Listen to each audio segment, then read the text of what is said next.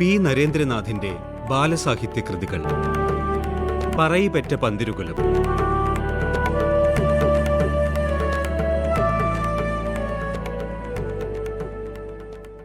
വിക്രമാദിത്യ മഹാരാജാവ് സദസ്സിനെ നോക്കി. നിറഞ്ഞിരിക്കുന്ന പണ്ഡിത സദസ്സ്. വരരുചി മാത്രം എത്തിയിട്ടില്ല. എന്താ വരരുചി എത്താത്തത്? അദ്ദേഹമില്ലാത്ത സദസ്സിന് ഒരു പൂർണ്ണതയില്ല.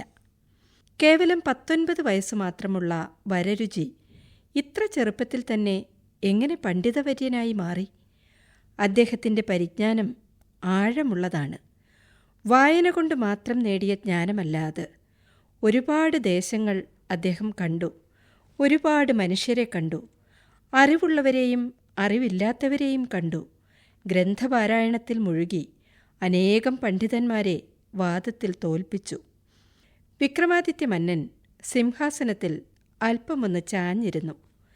എന്നാണ് വരരുചിയെ ആദ്യമായി കണ്ടത്? ആ രംഗം അദ്ദേഹം ഓർത്തു നോക്കി. 4 വർഷം മുൻപാണ്.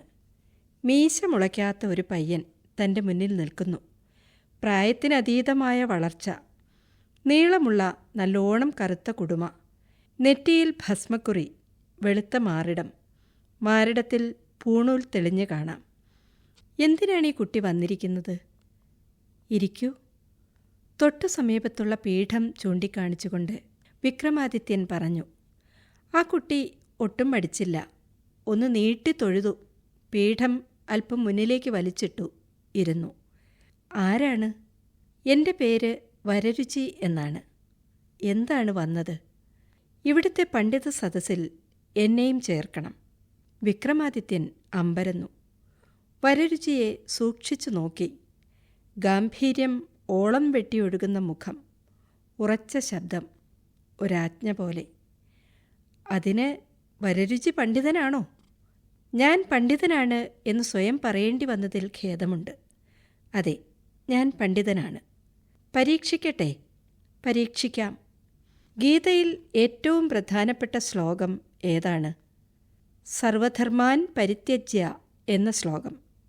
വരരുചിക്ക് അങ്ങനെ തോന്നുന്നു എന്ന് മാത്രം. മറ്റു പണ്ഡിതന്മാർ കൂടി ഇത് സമ്മതിക്കണ്ടേ?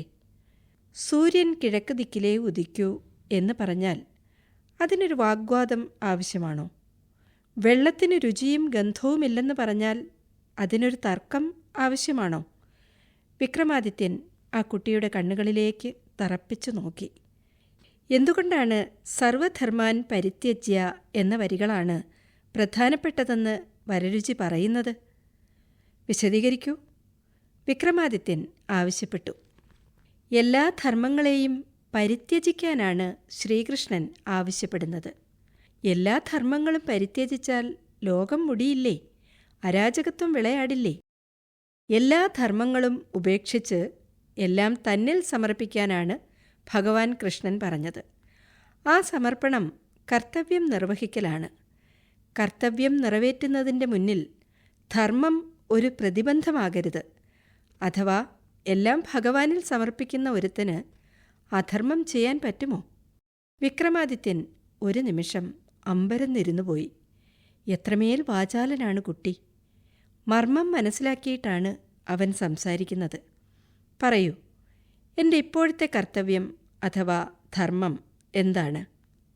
എന്നെ, വരരുചി എന്ന ബാലപണ്ഡിതനെ അങ്ങയുടെ സദസ്സിൽ ചേർക്കണം. അതാണ് അടിയന്തരമായ കർത്തവ്യം.